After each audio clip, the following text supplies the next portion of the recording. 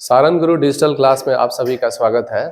हम लोग जो फिजिक्स एनसीईआरटी फिजिक्स का जो 12th का बुक है उसमें चैप्टर 3 में व्हीटस्टोन ब्रिज डिस्कस किए थे पिछले क्लास में। तो व्हीटस्टोन ब्रिज बैलेंस्ड कब होगा, है ना, और व्हीटस्टोन ब्रिज का एप्लीकेशन जो है वो हम लोग आज डिस्कस करेंगे। व्हीटस्टोन ब्रिज प्रिंसिपल पे ही बेस्ड एक डिवाइस है जिसका नाम है मीटर ब्रिज, उसको हम लोग स्टडी करेंगे।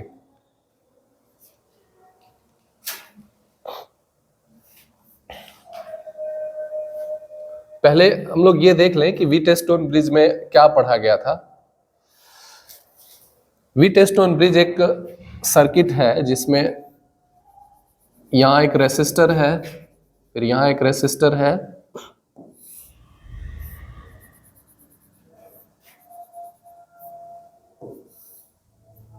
R1 इसको मान लेते हैं, ये R2 है, ये R3 है, ये R4 है, और यहाँ से दो पॉइंट्स हैं, दो टर्मिनल है। तो इन दोनों रेसिस्टर्स के बीच से एक रेसिस्टर यहाँ कनेक्ट कर दिया जाए एक ब्रिज की तरह, तो इस सर्किट को बोलते हैं ये व्हीटस्टोन ब्रिज है। इसमें ये पढ़ा गया कि ये R1 है ना, ये R1 बाई R2 का रेशियो अगर बराबर है R3 और R4 के रेशियो के, तो इस सर्किट में करंट पास नहीं करता है, इस ब्रांच में करंट नहीं पास करेगा, है ना। इसके थ्रू करंट का वैल्यू 0 हो जाएगा। अगर हम लोग इसको बैटरी से कनेक्ट कर लें तो बैटरी करंट सप्लाई करेगा, करंट इधर जाएगा, करंट यहाँ पे आकर के डिस्ट्रीब्यूट हो जाएगा। सपोज करें कि इसमें I1 चला गया, इसमें I2 चला गया, तो ये जो I1 करंट है यहाँ से ऐसे होते हुए इधर पास कर जाएगा, ये I2 जो करंट है वो इधर पास कर जाएगा। इस ब्रांच में करंट पास नहीं करता है। कब? जब इन दोनों का रेसिस्टेंस का रेशियो और इन दोनों रेसिस्टेंस के रेशियो के बराबर हो जाए तो इस ब्रांच में करंट पास नहीं करता है। होता यह है कि यहाँ और यहाँ का पोटेंशियल सेम हो जाता है, तो इसके क्रॉस पोटेंशियल डिफरेंस 0 हो जाता है। तो पोटेंशियल डिफरेंस 0 हो जाएगा तो करंट भी पास नहीं करेगा इसमें, है ना। इसी पे बेस्ट एक डिवाइस है जिसका नाम मीटर ब्रिज है, और उसका यूज हम लोग अननोन रेसिस्टेंस के वैल्यू को कैलकुलेट करने के लिए करते हैं।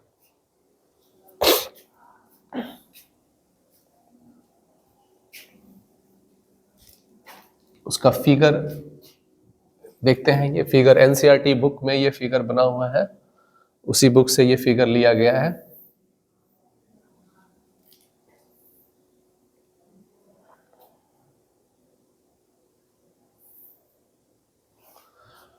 पहले इसका जो डायग्राम है उसको हम लोग समझते हैं, फिर उसके सर्किट को समझेंगे, ठीक ना। इसमें क्या है कि एक मेटल का ये मेटल स्ट्रिप है, ये वाला जो हिस्सा आप देख रहे हैं ये मेटल स्ट्रिप है। यहाँ से यहाँ तक कॉपर का होता है जनरली। फिर यहाँ पे एक मेटल का स्ट्रिप है, एक पट्टी है मेटल का। फिर यहाँ एक कॉपर का मेटल है एल शेप का, ये लगा हुआ है, और इन दोनों के बीच में गैप है, और इन दोनों के बीच में भी गैप है। यहाँ पे एक रेसिस्टेंस लगाया गया है, यहाँ एक रेसिस्टर लगाया गया है, और यहाँ से लेकर के यहाँ तक एक वायर कनेक्ट किया गया है। ये वायर है, इसको कनेक्ट किया गया है, ठीक ना। ये uniform area of cross section का एक वायर यहाँ पे कनेक्ट है, जिसका लेंथ 100 सेंटीमीटर होता है। ये 100 सेंटीमीटर लेंथ होता है।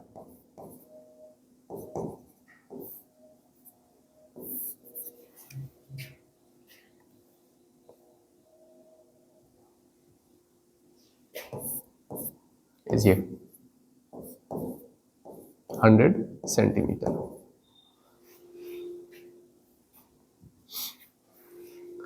और इसलिए इसका नाम मीटर ब्रिज पड़ा।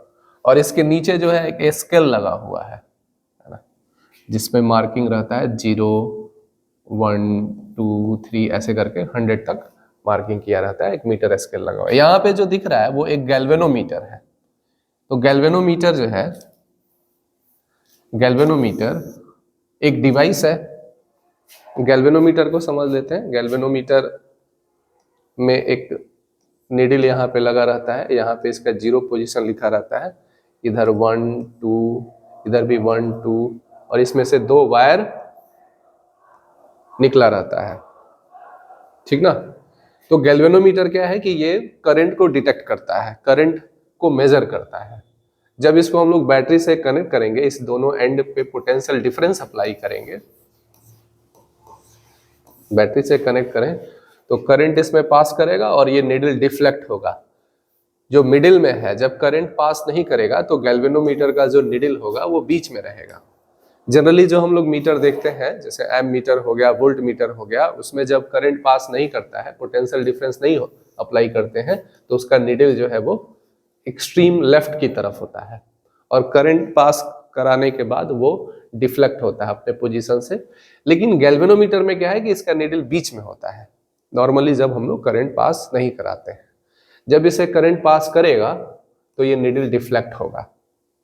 तो इसमें 2 वायर है, एक इधर से एक और इधर से। करंट अगर ऐसे पास किया तो नीडल इधर डिफ्लेक्ट होगा, करंट अगर इधर से पास किया तो नीडल इधर डिफ्लेक्ट होगा, ठीक है ना। तो इससे करंट का डायरेक्शन का भी पता चल जाता है कि करंट किधर से पास कर रहा है, नीडल लेफ्ट साइड डिफ्लेक्ट हो रहा है कि राइट साइड डिफ्लेक्ट हो रहा है। इससे करंट का भी पता चलता है और उसका वैल्यू भी पता चलता है। यहाँ पे स्केल लगा रहता है, जहाँ पे 0 बीच में रहता है, इधर 1 2 3, इधर भी 1 2 3 ऐसे करके स्केल लगा रहता है। तो इसका यूज जो है, गैल्वेनोमीटर जो यहाँ पे लगा हुआ है, उसको आप ऐसे समझिए, ऐसा इसको बड़ा कर दें।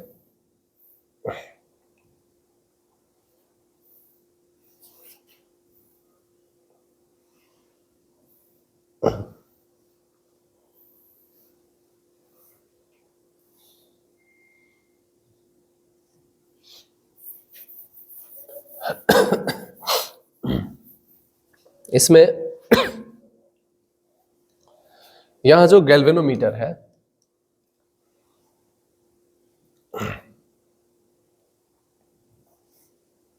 यहां जो गैल्वेनोमीटर लगा हुआ है ये वो यही है, और गैल्वेनोमीटर का एक एंड जो है इसके बीच में यहां लगा हुआ है, और दूसरा जो एंड है उसको इसके ऊपर ये जो वायर यहां से यहां तक लगा हुआ है, इससे हम लोग टच कराते हैं गैल्वेनोमीटर के दूसरे वायर को, दूसरे एंड को, ठीक है। तो ये वर्क कैसे करता है उसको हम लोग समझेंगे।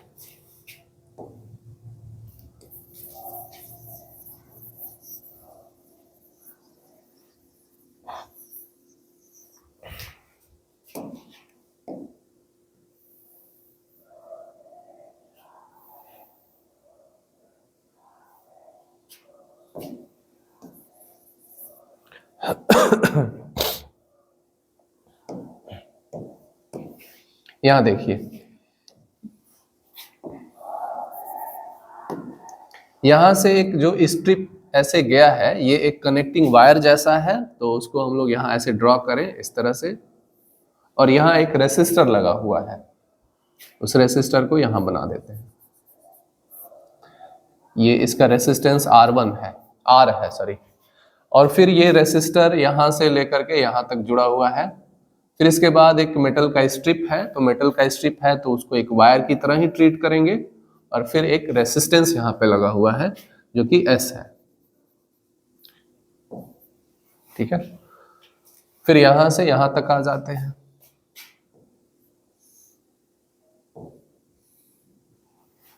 इस पॉइंट को ये A लिखा है तो इसको हम लोग A लिख देते हैं, इसको C लिखा है इस पॉइंट को तो C लिख देते हैं हम लोग, और B पॉइंट यहां कहीं B है, ठीक है। अब एक यूनिफॉर्म वायर यहां से लेकर के यहां तक एक वायर जो है, जनरली वो नाइक्रोम का वायर होता है, नाइक्रोम में रेसिस्टेंस ज्यादा होता है, तो नाइक्रोम के वायर को यहां से यहां तक कनेक्ट किया गया है ऐसे, और उसका area of cross section uniform है। और फिर क्या करता है कि यहां से एक वायर से एक बैटरी को कनेक्ट किया है, तो यहाँ से एक वायर हम लोग निकाल लेते हैं, यहाँ से भी निकाल सकते हैं और यहाँ से भी निकाल सकते हैं, कोई फर्क नहीं पड़ेगा, यहाँ और यहाँ का पोटेंशियल एक ही होगा। तो एक वायर को यहाँ से एक बैटरी कनेक्ट कर दिया गया, यहाँ एक स्विच लगा दिया गया है। गैल्वेनोमीटर का, ये गैल्वेनोमीटर है जिसका एक एंड यहाँ से कनेक्ट है और दूसरा जो एंड है ये वाला वो इस पे टच कराया है, इस वायर पे, और दूसरे एंड को हम लोग स्लाइड कर सकते हैं, चाहे तो यहाँ टच करा दिए, फिर यहाँ टच करा दिए, यहाँ टच करा सकते हैं, इसको यहाँ से यहाँ तक कहीं भी इस वायर को इसके ऊपर स्लाइड कर सकते हैं। ठीक है, तो अगर गैल्वेनोमीटर का एक एंड यहाँ पे टच कराया गया है तो ऊपर रेसिस्टेंस R है और यहाँ से लेकर के यहाँ तक का जो वायर है इसमें भी कुछ ना कुछ रेसिस्टेंस होगा। किसी वायर का रेसिस्टेंस होता है R is equal to rho L by A, जहाँ A जो है वो एरिया ऑफ क्रॉस सेक्शन है और L उसका लेंथ है। तो हम लोग देख रहे हैं कि जो रेसिस्टेंस है वो डायरेक्टली प्रोपोर्शनल है लेंथ के, तो इसका जो लेंथ होगा उस हिसाब से उसका कुछ ना कुछ रेसिस्टेंस होगा। और ये जो यहाँ से लेकर के यहाँ तक के वायर जो है उसका लेंथ जो है उस हिसाब से उसका रेसिस्टेंस होगा, है ना। तो इस रेसिस्टेंस को R1 लिख दें, यहाँ से यहाँ तक का जो वायर लेंथ है उसका रेसिस्टेंस R1 होगा और यहाँ से लेकर के यहाँ तक का जो वायर है उसका रेसिस्टेंस R2 होगा। अगर हम लोग इसको यहाँ न टच करा करके यहाँ टच कराए होते, है ना, यहाँ न टच करा करके इस एंड को यहाँ टच कराए होते तो यहाँ से यहाँ तक के वायर का रेसिस्टेंस कुछ और हो जाता और फिर जो बचा हुआ वायर है उसका रेसिस्टेंस कुछ और हो जाता। तो इसको एक्चुअल में जो हम लोग स्लाइड कराएंगे उसमें क्या होगा कि इस रेसिस्टेंस और इस रेसिस्टेंस के वैल्यू को चेंज करेंगे, है ना। तो स्लाइड क्यों कराएंगे इसमें, इसको यहां से लेकर के यहां तक के बीच में स्लाइड कराएंगे और इस बीच में कोई ना कोई एक पॉइंट मिलेगा हम लोग को इस वायर पे, जहां पे इस गैल्वेनोमीटर का डिफ्लेक्शन 0 हो जाएगा, यानी इसमें करंट पास नहीं करेगा। अभी डिस्कस किए थे हम लोग कि गैल्वेनोमीटर का डिफ्लेक्शन 0 होने का मतलब नीडल जो है अगर बीच में है तो इसका मतलब है कि करंट पास नहीं करेगा। तो इसको जब स्लाइड कराएंगे तो एक पॉइंट मिलेगा हम लोग को इस A और C के बीच में, जिसके लिए गैल्वेनोमीटर में डिफ्लेक्शन 0 हो जाएगा। इसका मतलब है कि इसमें करंट पास नहीं कर रहा है। डिफ्लेक्शन 0 होने का मतलब हुआ कि उसके थ्रू करंट पास नहीं कर रहा है, और करंट पास नहीं कर रहा है इसका मतलब है कि इसका रेसिस्टेंस, ये रेसिस्टेंस डिवाइडेड बाई यहाँ से लेकर के यहाँ तक के वायर का रेसिस्टेंस का रेशियो बराबर हो गया है ये रेसिस्टेंस डिवाइडेड बाई यहाँ से यहाँ तक के वायर का रेसिस्टेंस।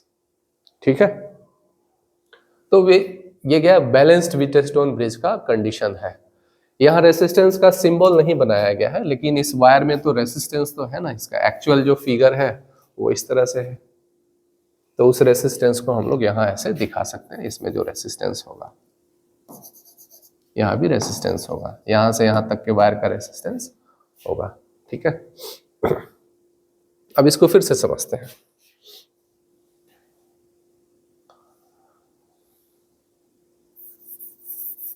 इसको ऐसे समझिए,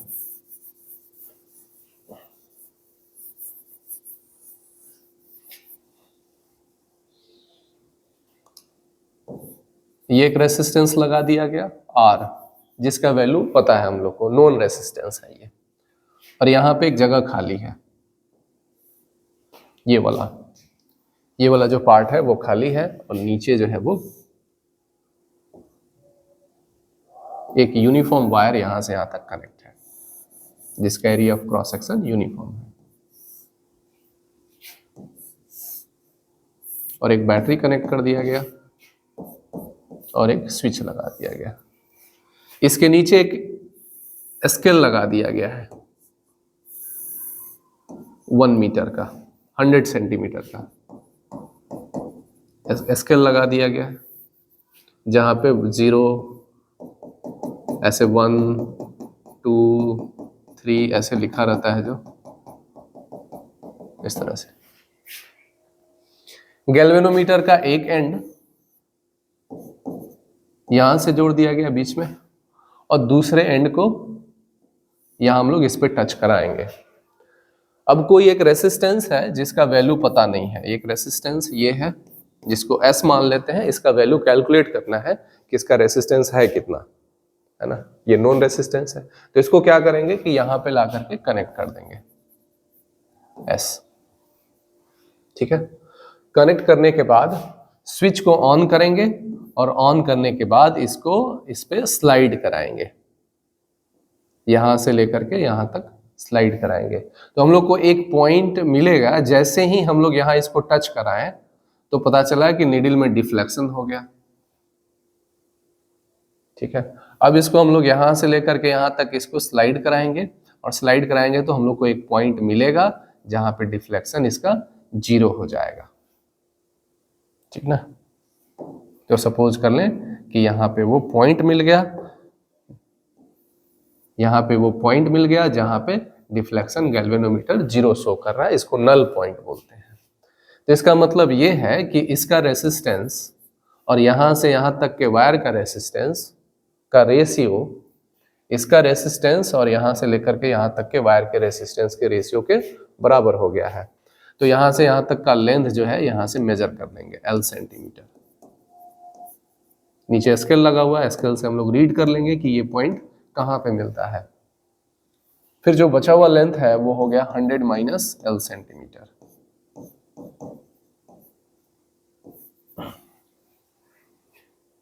ठीक है।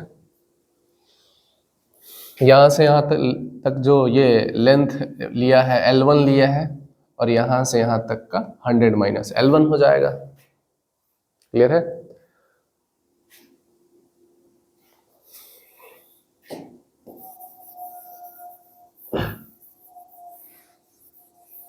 अब इक्वेशन लिखेंगे, let RCM is equal to resistance per unit length,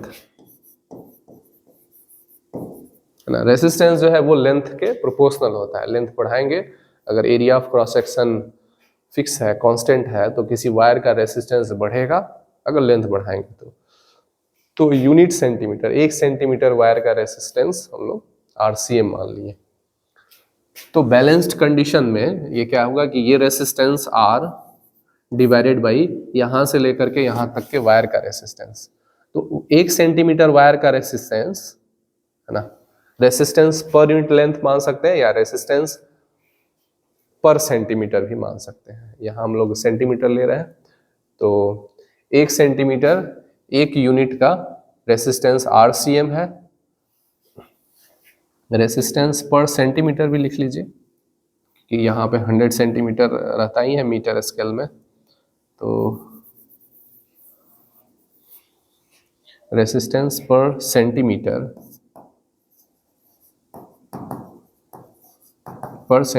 of wire.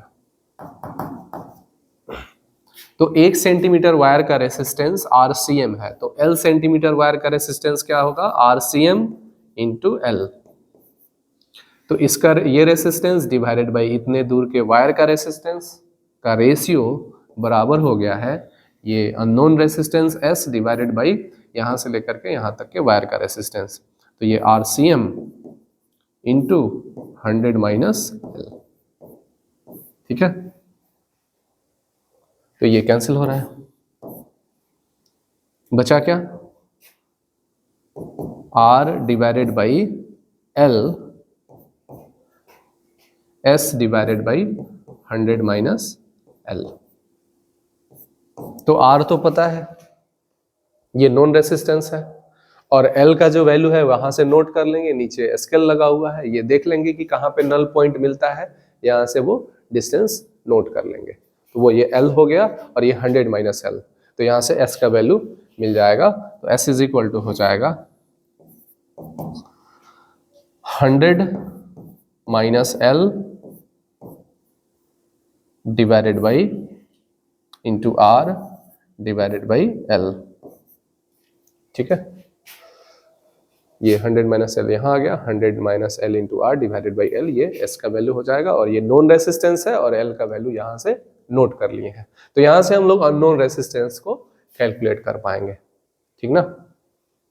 तो इस तरह से जो मीटर ब्रिज है वो ही व्हीटस्टोन ब्रिज के प्रिंसिपल पे वर्क करता है और इसका यूज है अननोन रेसिस्टेंस को कैलकुलेट करना, ठीक है। तो ये इसका डायग्राम हो गया।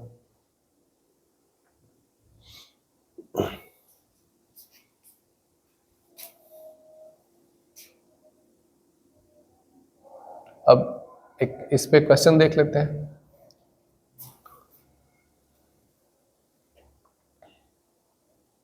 सपोज करें कि एक मीटर ब्रिज है जहां पे ये 10 ओम रेसिस्टेंस है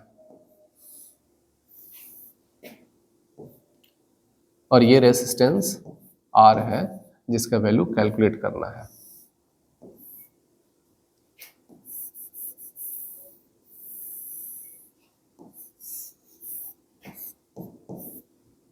और एक बैटरी कनेक्ट कर दिया गया और गैल्वेनोमीटर को यहां से कनेक्ट करते हैं एक एंड, और दूसरे एंड को यहां टच कराने पे इस गैल्वेनोमीटर में ये 100 सेंटीमीटर है जिसमें यहां से ये 40 सेंटीमीटर पे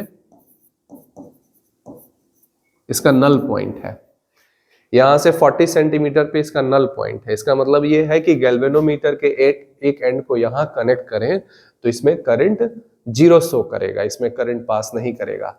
इसमें करंट पास नहीं कर रहा है, इसका ये मतलब हुआ कि ये रेसिस्टेंस डिवाइडेड बाई इतने दूर के वायर का रेसिस्टेंस इक्वल हो गया है ये unknown resistance R divided by यहां से यहां तक के वायर का रेसिस्टेंस।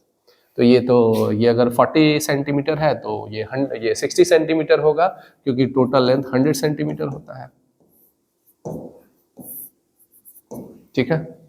तो अब कह रहा है कि अननोन रेसिस्टेंस जो है यहाँ पे SR, इसका वैल्यू बताइए, है ना। ये galvanometer current through galvanometer IG लिख दे रहा है इसको, G फॉर गैल्वेनोमीटर वो 0 है। तो गैल्वेनोमीटर से करंट 0 है, इसका मतलब ये 10 डिवाइडेड बाई ये लेंथ, ठीक ना। यही तो हम लोग पढ़े थे, यही हम लोग पढ़े थे। लास्ट जो रिजल्ट आया तो हम लोग ये रेसिस्टेंस डिवाइडेड बाई इतने दूर के वायर का रेसिस्टेंस, ये रेसिस्टेंस डिवाइडेड बाई इतने दूर के वायर का रेसिस्टेंस, तो ये तो RCM जो है वो कैंसिल हो गया था। तो क्या मिला था फाइनली हम लोग को ये मिला कि ये रेसिस्टेंस डिवाइडेड बाई ये लेंथ बराबर होगा ये वाला रेसिस्टेंस डिवाइडेड बाई ये लेंथ। इसी का यूज हम लोग करेंगे। तो ये रेसिस्टेंस 10 हो गया और ये लेंथ 40 हो गया, इक्वल हो जाएगा ये रेसिस्टेंस R डिवाइडेड बाई यहां से लेकर के यहां तक का जो लेंथ हो जाएगा वो 60 सेंटीमीटर हो जाएगा। तो ये 60 के, ठीक है। तो ये 0 घट गया तो R इज इक्वल टू हो गया 60, ये मल्टीप्लाई होगा 60 डिवाइडेड बाई 40, 15 ओम। क्लियर है ये।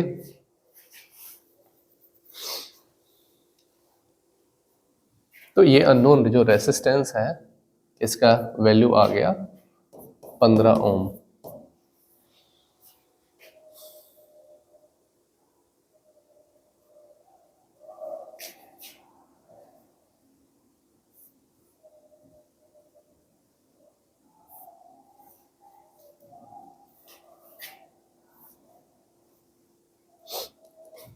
एक टॉपिक और है कलर कोड ऑफ रेसिस्टर्स, ठीक ना।